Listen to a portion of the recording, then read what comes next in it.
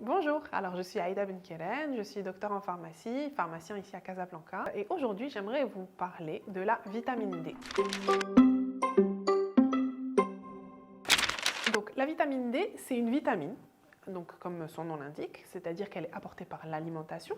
Elle est liposoluble, ça veut dire qu'elle est soluble dans les graisses, donc elle n'est pas hydrosoluble, contrairement par exemple à la vitamine C qui, elle, qui va se dissoudre dans l'eau. Celle-ci, elle est dissoute dans le gras. Et c'est aussi, en fait, c'est une vitamine qui est un peu particulière parce que ce n'est pas seulement une vitamine apportée par l'alimentation, c'est aussi une pro-hormone. C'est-à-dire que ce sont ces métabolites, c'est-à-dire quand elle est métabolisée, quand elle est transformée par le corps, qui vont être actifs.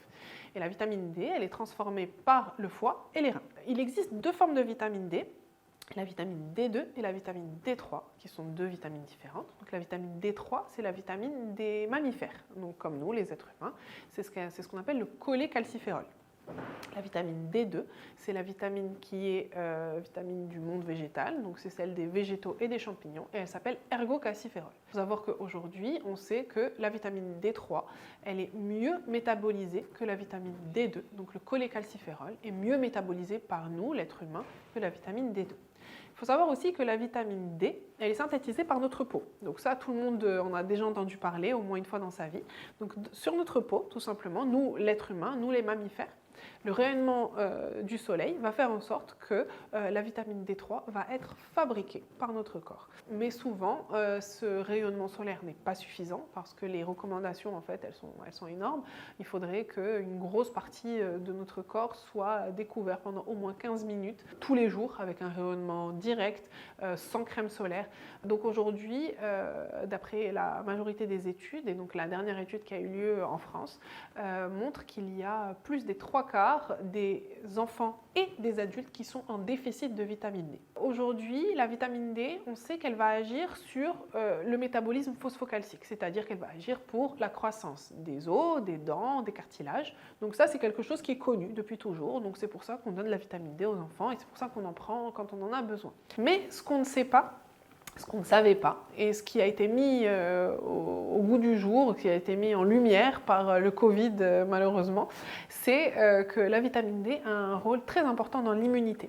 Donc le fait d'avoir des taux de vitamine D suffisants dans notre corps, donc des stocks suffisants, fait que notre immunité va bien fonctionner. Aussi bien l'immunité innée que l'immunité acquise. Donc ça, je ne vais pas rentrer dans les détails, mais en gros, que ce soit les petits soldats qui sont vraiment en front de ligne quand on rencontre un virus ou une bactérie, ou alors ceux qui vont apprendre à fabriquer des anticorps, ou alors qui vont apprendre à se battre de façon très spécifique contre ces virus et ces bactéries-là. De nouvelles recommandations ont été publiées en mars 2022 par la Société française de pédiatrie qui donne des nouveaux taux, en fait, un nouveau dosage de vitamine D à prendre.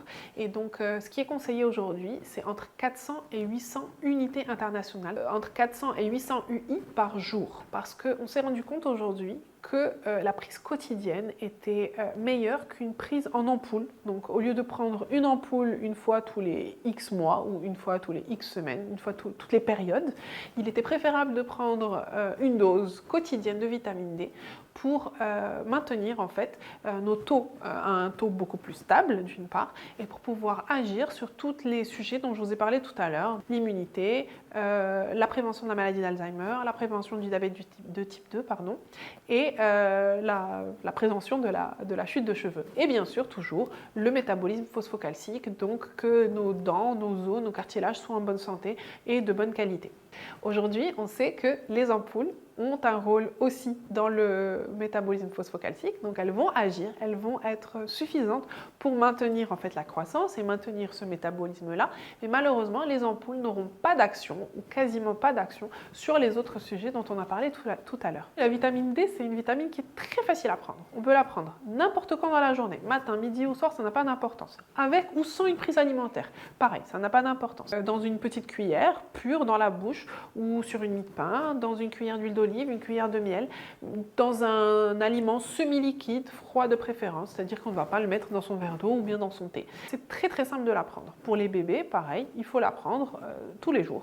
Très important, plutôt que prendre les petites doses toutes seules, enfin les petites ampoules qui ne sont pas suffisantes pour prévenir et pour pour stimuler leur immunité. Les nouvelles recommandations dont je vous ai parlé tout à l'heure, avant on préconisait de prendre de la vitamine D pendant la période de croissance, donc de 0 à 2 ans. Aujourd'hui, ces nouvelles recommandations-là, de celles de mars 2022, préconisent de prendre de la vitamine D de 0 à 18 ans.